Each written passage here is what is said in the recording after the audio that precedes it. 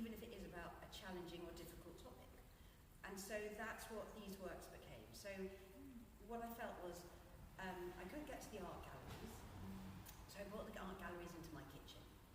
And I brought these women, and I made this little idea that these women escaped the art galleries. They didn't have to be beautiful in a national gallery. They could come into my messy, dirty kitchen, but then they were trapped there, you see, again. So they ran away, and they only got trapped again in the kind of chaos of trying to, me running my life. And in a way, they represented a lot of my sadness and anger at the kind of domestic scenario that I found myself in. The second series, called Menstrual History, was me and my kind of perimenopausal to menopause journey. So you see any artwork, perimenopause, you know, when you got called. Menopause is kind of journey towards menopause. And the rubbish bit before, the really rubbish bit, is how we're being told about it now. And what I felt was, if many women, say 50% of the population are going to go through this experience, there was no work about it at all. So women in the National Gallery are either young and beautiful, or really, really old, or kind of doing some kind of domestic chore. But there's no representation of any of their bodily experiences and the struggles they went through. And I thought I'll make work about that now too. So that's the second series. So anytime I'm complaining about childcare or housework, that's biblical domestic. And any time in which I'm talking about a hot flush or any of those, or bleeding excessively, that's the menstrual history. But they work so beautifully together because I always think of Sarah's work as feminist midrash. I don't know if you know the Jewish term midrash, but it's a classical rabbinical practice from classical Judaism. And it's part of the Jewish tradition in that you look at the text, you don't just look at the text, you look for the gaps and what's invisible and what's missing. You look for the blanks that are left in these stories that have been told mainly through an androcentric, patriarchal lens. So we know that the sacred texts of our tradition shape who we are, but they're shaped by the people who interpreted them, right? And so we've received quite a one-sided, dimensional view of Jewish history, of Christian history, of Muslim history, based on how these stories are told. But feminist midrash, so it's a tradition of interpretation. The rabbis would disagree with each other about what was missing. So the Jewish tradition has this sense of interpretation and reinterpretation in it. And in the 1960s, feminist Jewish theologians reclaimed this practice of midrash. And what they wanted to do was to retell the stories that were missing. Of course, they were women's experiences that were the gaps and the missing bits of the story. And a very famous, and one of our sort of heroines, Jewish heroines really, theologians, is, thanks Lee, that's lovely. It's a feminist theologian called Judith Plasker. And she wrote a midrash, so they're often come in short story form. And she reimagined the Genesis narrative. Now remember Eve, she's in the garden. And in Plasko's retelling, Eve is a bit cross at Adam and a bit cross at God because they're having a cosy bromance. And they're really like bigging each other up and they're leaving Eve out of all the fun stuff. She's got no authority, she's got no access really to the garden. Adam is getting all of God's praise. And Eve is really sad and she's disenfranchised from this. And what happens is Plasko reimagines Lilith. So Lilith, who you might know in the Genesis story, is the precursor to Eve. We don't know a lot about Lilith. She doesn't get much of a mention, but she was there before Eve. She was the first woman, and she's actually sort of given a much more monstrous envisioning in contemporary stuff. She gets all the blame for everything. But Plasko says, well, in this story, she says, Eve's in the garden, and she hears this whispering, sort of going, Eve, don't worry, you're not alone, because God had banished Lilith for being naughty and disruptive to God's vision. So Eve decides to jump over the Garden of Eden and run away with Lilith instead, to find her own community, her own empowerment, her own solidarity. So it's an ancient practice, but it's also a contemporary practice of feminist midrash. And Sarah, I see your work as that. I said to you once, this is feminist midrash, and you were like, yes, I suppose it is, because you're looking for those hidden stories. Yes, so I think sometimes you can take a bit of a text and expand it, and sometimes you just say you completely missed that story altogether. I need to tell you about it. think that's quite nice, and it's kind of like empowering you. That's what it does. It empowers the reader to value that an opinion that they have, and I think that's. I suppose when I grew up in the kind of Orthodox Jewish education, or Orthodox Jewish education I had, and the things that I learnt in the Jewish establishments I learned, you were always quite indebted to always male rabbinic commentary, and I think in a way that kind of that stops you progressing. So I needed to stop feeling overly humbled by them, and feel actually, I can do some transformational work here. But what I was doing, they were all textual. All the commentaries I'd ever engaged with were mostly textual. And so what's been really important to me is that I'm finding a way to visually engage. And that was the thing. So I'm not working word against word. I'm taking an image and using word and image to create a new And what was the first painting? So the first, I think it was, so I also did a PhD, and in my PhD I looked at 4 graphic novelists who took Bible stories, or versions, or moments of Bible stories, and they transformed them from kind of androcentric to feminist. So for example, there's an Eve story where Eve, in the Bible, she's dismissed, and also she leaves the story entirely once she has children. But in this graphic novel, the version of Eve actually goes off and doesn't have children. That's not her end point. Her end point is she finds a community, she becomes a comics artist. So there are ways that women were retelling biblical stories, and so that PhD is called Dressing Eve, like giving Eve, because Eve in the story has clothes and becomes dressed and not shamed by herself, but in a much more, it wasn't an act of punishment, it was an act of kind of self-identification when she gets there. So I did this one. This is Dressing Eve here. Dressing Eve during a pandemic, and it was me dealing with the laundry every day, and I called it, I called it like a laundry tree. When you hang the laundry up, so there she is with that apple, but she can't really get to her knowledge because she's constantly doing the laundry all the time. And it was me saying, well, I want to do this, I want to do this day, and actually I can't do anything because I've got to organise the house and make sure my son's okay and do the cooking and all these other things. So it was that sense of being caught in this cycle. So that's Dressing Eve. And then pretty soon after, I must have made John for Dinner, in which well, it's actually my album. So we're having John the Baptist for dinner. And so shall I read it? Oh, well, for this, just say, for Dressing Eve during the pandemic, I wrote, here is Eve from a painting by Titian entitled The Fall of Man, during my own fall as a mother artist and host. Could you read that facing this way again? Pardon? Could you face this way and read it? It says, here is Eve, that's the original painting. Here is Eve from a painting by Titian entitled The Fall of Man, during my own fall as a mother artist homeschooler. Homeschooling is what we did during the pandemic when children couldn't go to school. And this one is called John for Dinner. Salome, unquestionably Northwest London's hostess with the mostess, was eager to impress her fancy new neighbours. So she spent an entire day cooking John the Baptist.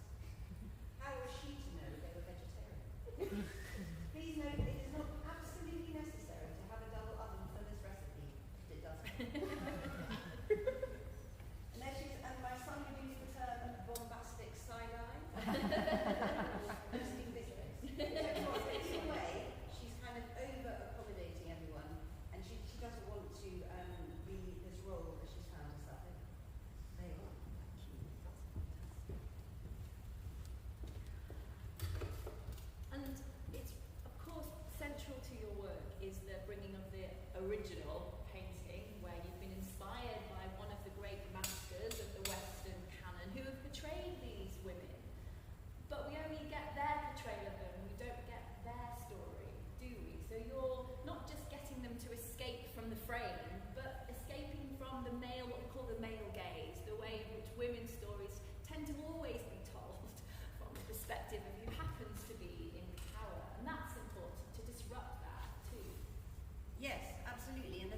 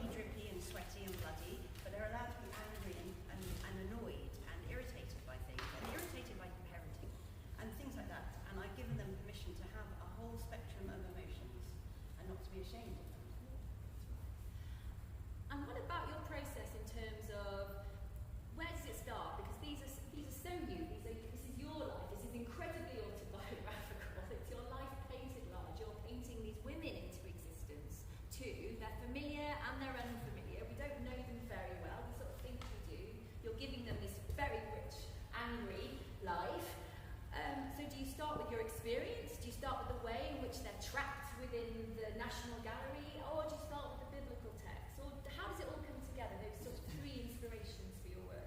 Well, I suppose a lot of it, I have some of the biblical knowledge already because of my background and the kind of education I gave myself, in a way, and also from the feminist readings from my PhD helped me kind of place myself and find a way to do things. But also, generally, things happen in my life, and I think, how am I going to deal with this? You know, and I suppose sometimes I take, like I did in lockdown, and things are quite hard, actually. And then I think, what am I going to do? So, for example, the painting up there, that's my most recent one. This is brand new, by the way. It's Still a little bit tacky wet. So don't touch it. So I'll just talk it through. So you know, parenting, you know, I work really hard to be a good mum. It's a big project for me, and I have to, it's a process of educating myself. How can I best do this job? But at the same time, I fail quite a lot, and I get it wrong, and I have to work things out. So here it says, in a little blue plaque, it says, the Madonna of Hampstead lived and struggled here, because living wasn't quite a reflection enough of what was really going on in the house. And then here it says, throughout the summer months, she failed to stop her son playing too much Minecraft, 2024. So over the summer, you see, you want to take them out and show great things. Also, you need to get your own things done, and you need a private place to kind of have a bit of sanity. And so, actually, Mary preferred parenting her cat. It was easier. The cat wants a cuddle, you give it a little bit of food. It was warm and soft. It gave it kind of, it wasn't demanding and bored and irritated and constantly looking for something to do. So that's my son, Harry, being a kind of cherub in his like fake, it's a fake cherub outfit. I like the fact that I was making him a cherub, and at the same time he knew full well I could have bought it on Amazon, like a bit tinsel and the kind of strap-on wings. And it looks like one of those, you know, kids' costumes from the nativity play. Yes, exactly. And he, by the way, see, I have a model. She's called Imogen Bent, and she's a ceramicist, and I used her all the time since I've been doing these series, pretty much. I chose her because she's got a body shape a bit like mine. She's a bit bigger, and she takes up space. She's got a face that's been a bit lived in, and I felt I could respond to her like I feel about myself. And so I chose her and I pay her. And then Harry said, "Oh, you're going to have to pay me too." And I'd say Harry charges an awful lot longer, not more than my model for doing an awful lot less. So she sits for me for hours. Harry agreed to take a few photos, and he charged me at a really high rate. The cat was free, but it was very lovely, and I spent a long time doing the cat. But all the time it's about, you know, that parenting is hard, and I see Mary, I feel very, when I see paintings of Mary, I think she's a mother who wanted the best for her child, and she doesn't control the future, and she knows something bad's going to happen, and if you parent, or have anyone you take care of, you know you can't protect them from the future. It's a whole set of unknowns, and in a way when I look at her, I think she's a mum who knows bad things are going to happen. What a terrible place to be. And didn't really have the choice to become a mother either. We can talk about consent in more detail later. But I'm conscious that this is Mother's Day, of course, and Mother's Day is a very difficult day for a lot of people because of the challenges. It's a day for gratitude, it's a day of signalling that emotional labour, but it can be a very divisive day. And the fact that you often depict Mary as a Jewish woman in this role, because she is the perfect idealisation of motherhood, and it's why motherhood is a politically charged category. We've inherited a lot of our ideals about motherhood because of the way she's embedded into sort of at least Western social imaginary. But why Mary? What draws you to Mary? Yeah, no, exactly. So I feel she's a struggling mum. At the same time, I think she's always, like, you know, Instagram perfect, and I'm not. And so I need to work with that. And I need to say, you know, what's what happens to her when she gets a bit older? You know, when she, for example, in that painting there, she's on the tube. I'm going to read it to you. It's called Mary Travels the Newly Renamed Menopause Line, formerly Menstruation Line. So there are others people got money changing their names on the tube. And that's a feminist act too, renaming things Yes. that blokes have named is a very feminist act. So that's my pelvic scan in the background. There you go. Although that's Minecraft gold blocks. So she's inhabiting the child's world.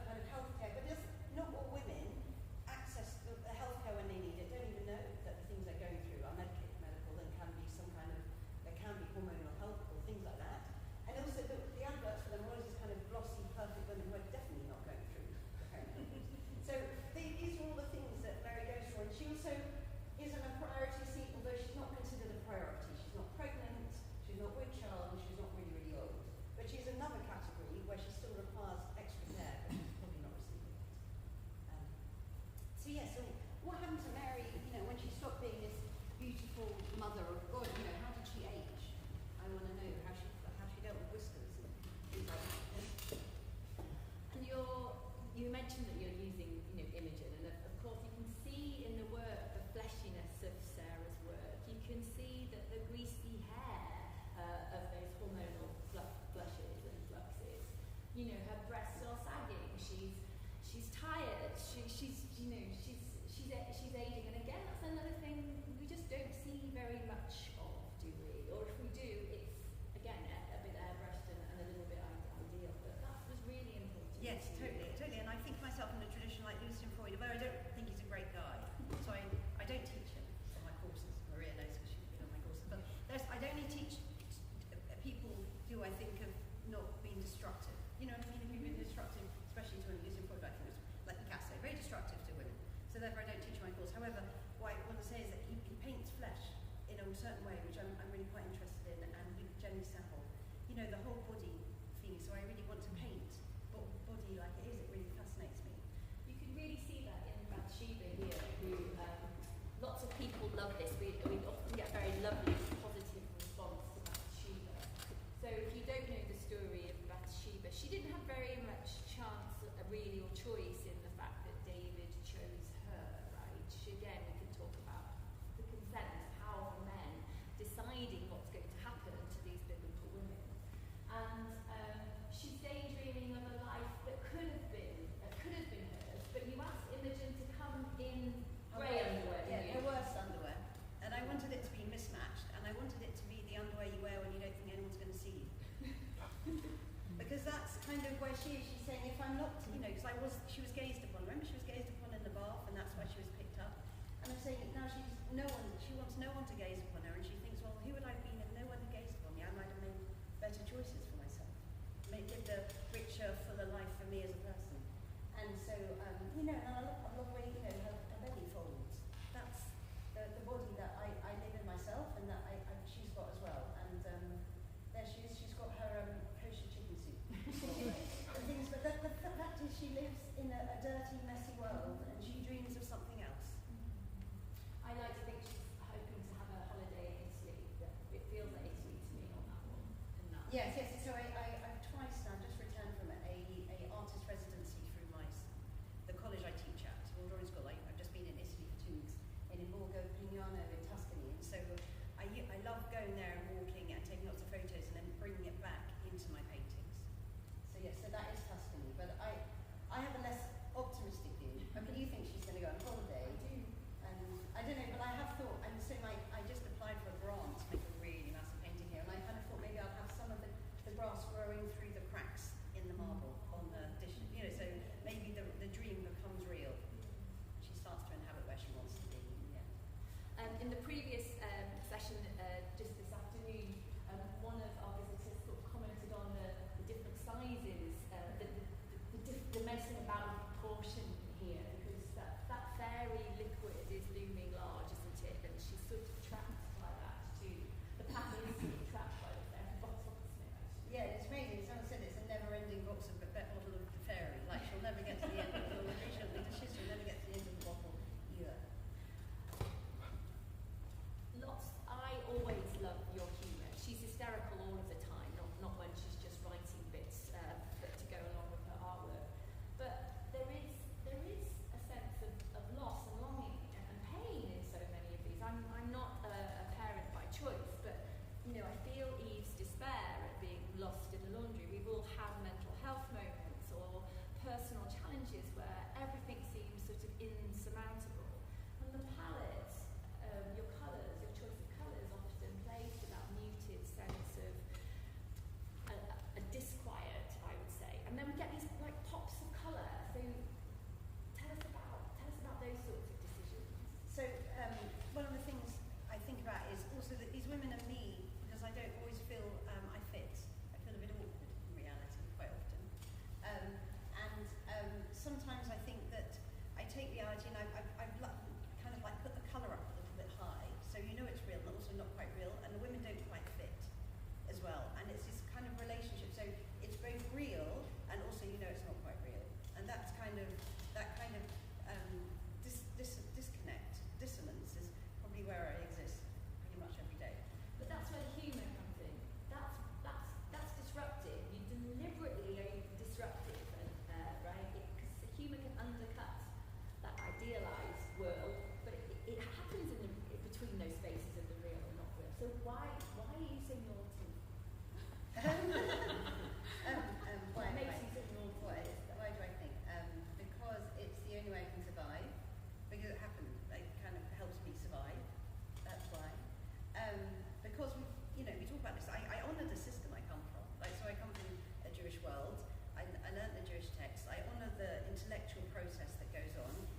same time, I'm going to play with it and do what I will. And I feel that in so many aspects of my life, I had to look at them and say, well, I'm not happy in the bit that I'm in.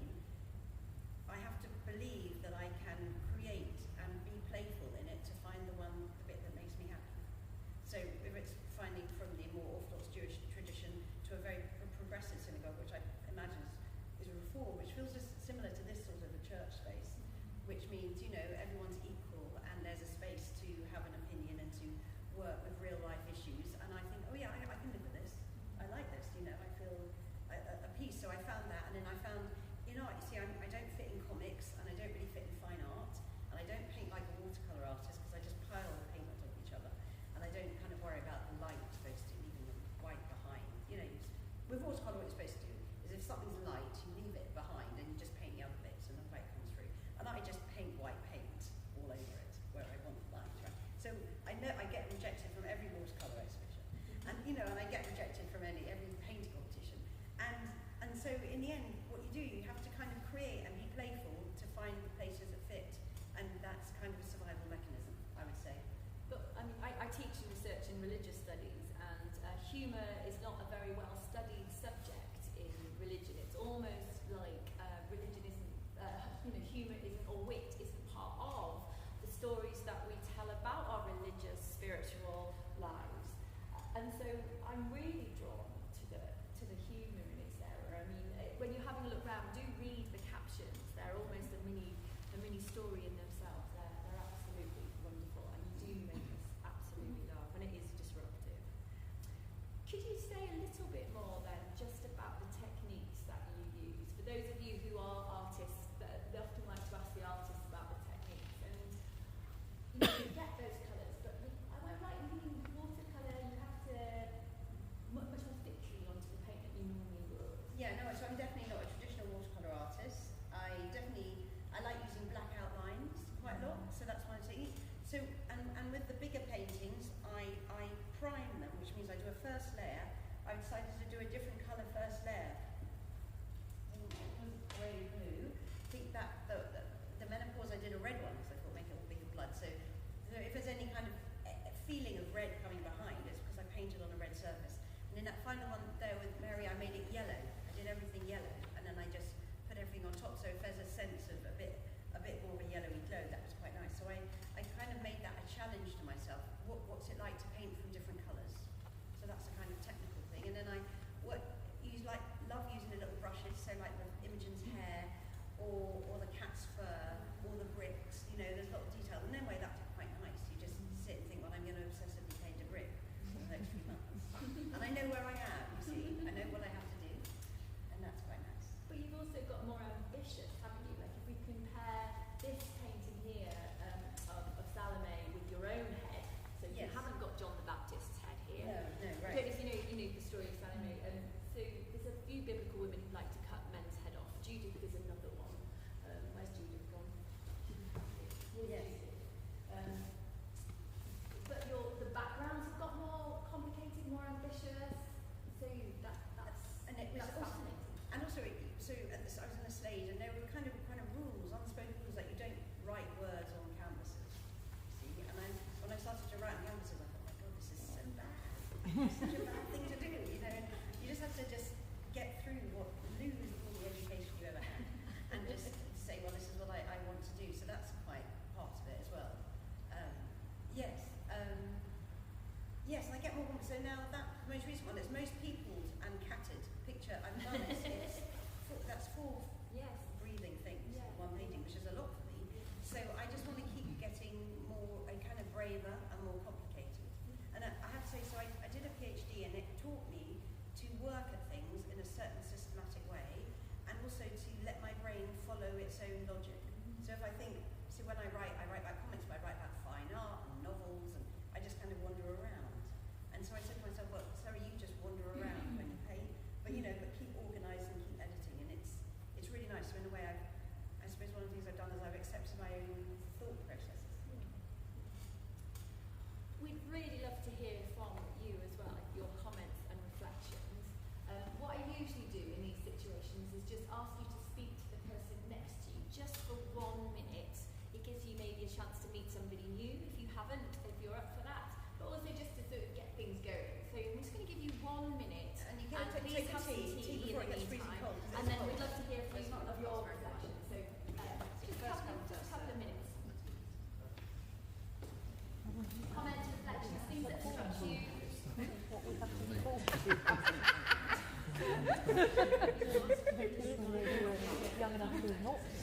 series.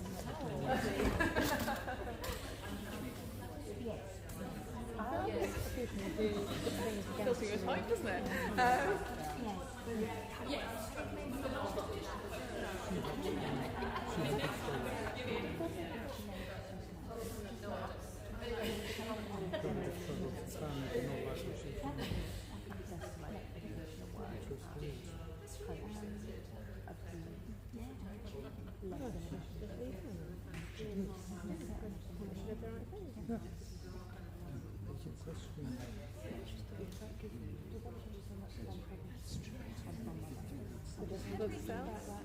When you're with the woman coming? No, but obviously it's CD. But I mean, that would be in the position of now fun. The section of life.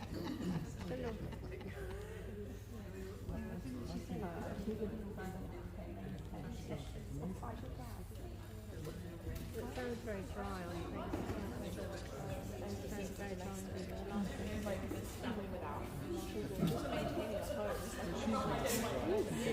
And it's like a long headspace as well.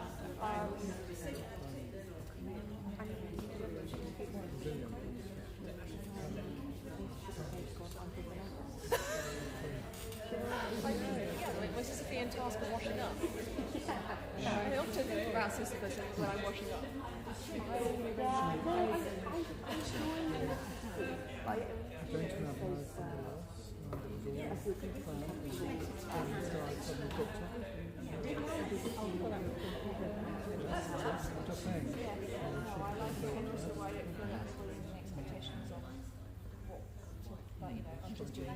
Oh, right, thanks.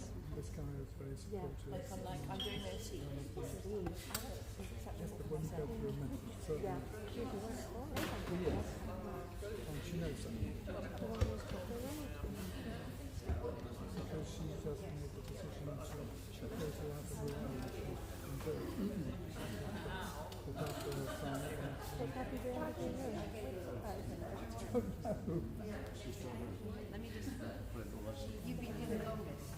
Actually, I don't think I do. I think the size of my flat is perfect. It's any bigger, I'm spending way too much time cleaning it.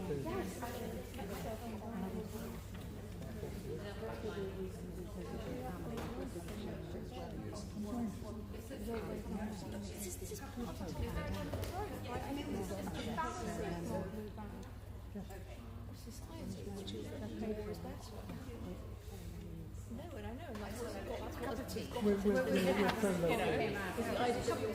Everybody needs to be getting more and bigger. See, I remember. Okay, well, that's everything.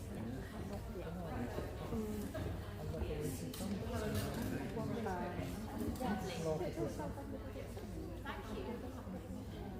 Really keen to hear maybe your comments or reflections. There might be one that you really like, there might be one that you don't like, there might be one you don't really understand, or one that really spoke to you. That's absolutely fine, that's what we're here for. So who is feeling brave enough to say something first? I am. Lovely, thank you, Maria. With the lockdown ones, I find now whenever I see art of lockdown, if it's in black and white, I just think, oh no, I can't bear it. I'm really done with it. If I use it with the colour, somehow it makes it palatable, doesn't it? And it doesn't repel me. Whereas I think when it's in black and white monotone. Do you just feel a bit flat, sort of straight away? Like you're too depressed, you don't know. Yes, it's more flat. I just think, oh no, it's just too. I think with it being colour and domestic, I don't feel that way when I look at it with your work. So you feel a bit hopeful, even though some of them are a little bit, some of the women are a bit sad. I think it's the humour in it as well. Yes. That sort of carries it through. The combination of the colour and the humour, and it draws you in a way that most lockdown stuff is the reverse. When we were in, this is the third time we've exhibited. We've done 2 exhibitions in Chester, and in one of the spaces they blew up a big sort of transfer. And one of the paintings is actually no longer part of the series because it's been sold to a private collector, and it's called Madonna of the Soft Play. Have you got this? Yeah. So Madonna of the Soft Play. So soft play. So I don't know if any of you have ever taken small children to one of those plastic ballpark places, right? Not for a while. Oh my goodness me, right? The noise is horrific. Thank you.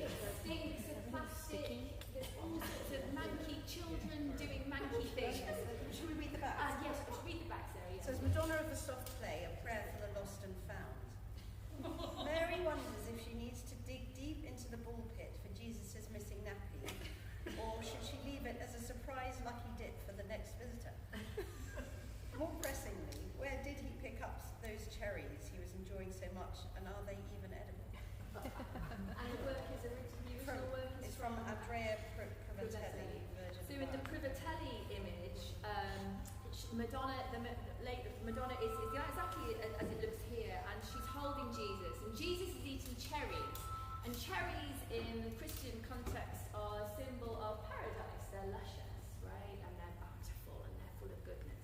But also, of course, they're a choking hazard. So why does a baby have them in this painting? But in the Cuvatelli piece, she's portrayed, the angels are there sort of honouring her humility. And in the Italian landscape that she's positioned in, that's also a sign of Mary's purity and her humility.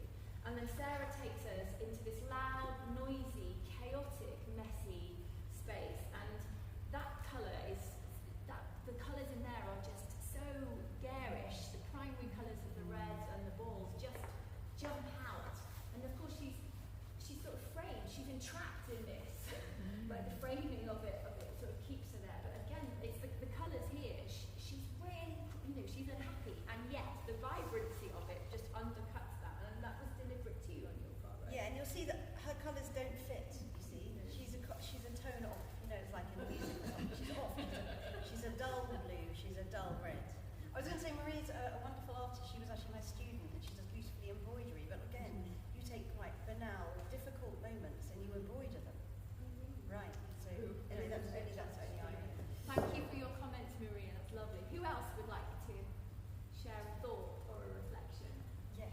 So I was just saying that I've sort of come to start collecting Marys, as it were, because when I go through art galleries and you see all these sort of Renaissance Marys, and to me they're just awful. I just walk past them because they all, I've already, yes, I completely agree with the sort of Instagram thing. That's what it is. It's all perfect and beautiful, and it's like, well, I don't feel like that when I have my children. And then, yes, I came across a painting that did have a Mary who was she was absolutely exhausted. Joseph was asleep on the side, the baby finally asleep up in the crib, and she's just kind of trying to work out what's actually happened here. It's kind of, it's like being hit by the bus, isn't it, the first time you have a baby. And I just sort of thought, right, finally here's a Mary that I can relate to. And so I've sort of been collecting, and I kind of feel like I'm collecting several Marys in one go. And I can relate to these kind of real women, but not just these sort of... The postcards I made this time, because I make different postcards each day. This one is for this. So you can have a postcard for free, if you like. But anyway, this Mary, she's over there. She's in a shop in Hampstead. It's called Mary's Torments of the Passion, NW3, which is my postcode. It says, Mary wonders if she should just take up residence in this delightful little French clothing boutique in the quaint streets of Hampstead. How she longs for a world of perfectly curated, exquisitely folded baby clothes. How she wishes she didn't have to return home to a messy house, a sticky kitchen floor, and an overwhelming pile of laundry to put away. When you go to those shops, you just think, I'd like to live here. Like a show host. That's what I want to be organised. And I've given her like some stars, like nativity stars hanging up there. And I do myself little, gifts. So I do small little jokes for myself as I'm travelling through. But really, it's about the fact that sometimes you don't want to go home because it's messy and dirty. There's too much to do. You want to go somewhere else. I love the collecting of Marys. That's fantastic. Anyone else? Thoughts, comments? Yes. I just kind of loved all the different expressions. You look from the old master with some serene, unrealistic expression, and there's more contemporary Mary or Susanna or whoever, either grumpy or angry or pissed off or sad. I just think how much more kind of lifeline that is. Yes, thank you. That's exactly right. That's what it's about. Thank you for saying that. And the Susanna rebuking the elves, I don't know if you know that biblical story. Sarah often picks upon women who have been the victim of voyeurism and assault, actually. And Susanna is, again, like Bathsheba, it's a motif in the biblical text. They're both peered up by powerful men, authoritative men, when they're in their most private, vulnerable moments. But I've looked at that picture of Susanna. I know the original, and yet I see something new in the way that Sarah tells us. It's very distinctive, the way in which she's positioned, and yet you make it. She's still yours, Susanna. Yes. Shall I read Susanna to you all?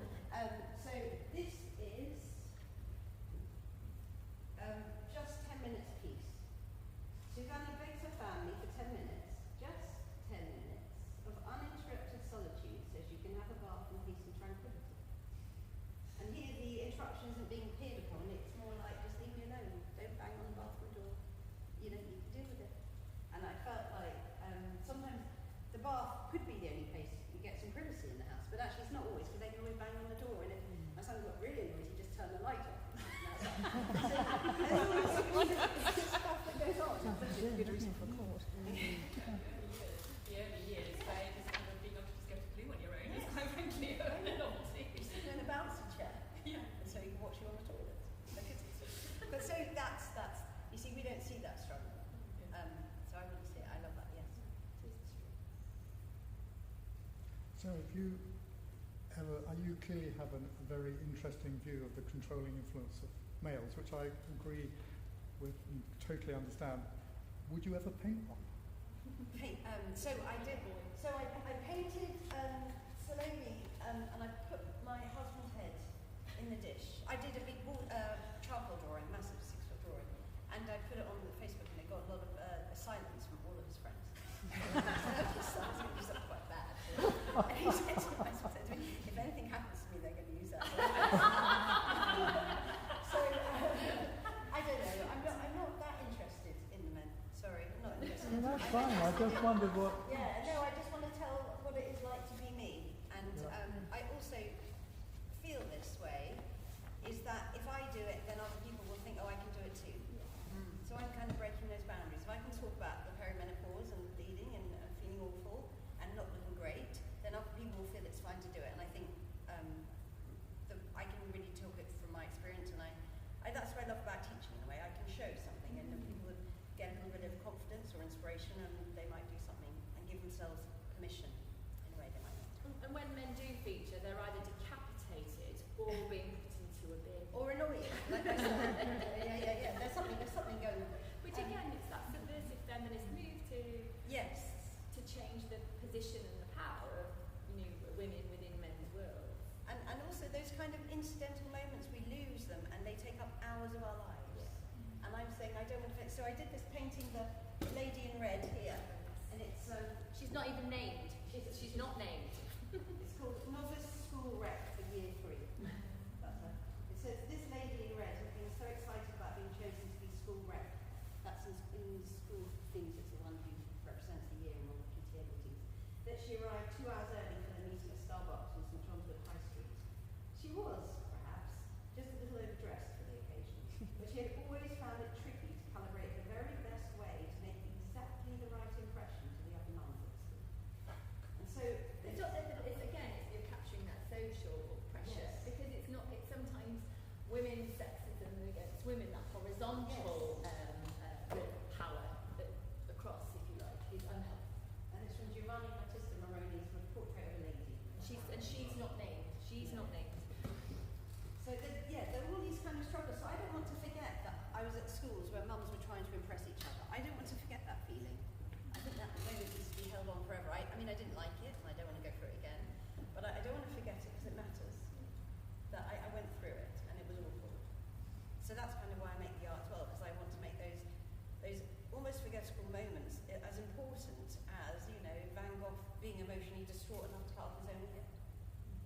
Why should, I mean, if you read in certain feminist art history stories, that they'll write about how, women's anxiety and struggles are looked over, but anything to do with a man's sexual desire or his ambition or whatever, there's the art for that. There's art about that. So I want to make art about this. Just before we wrap up, Sarah,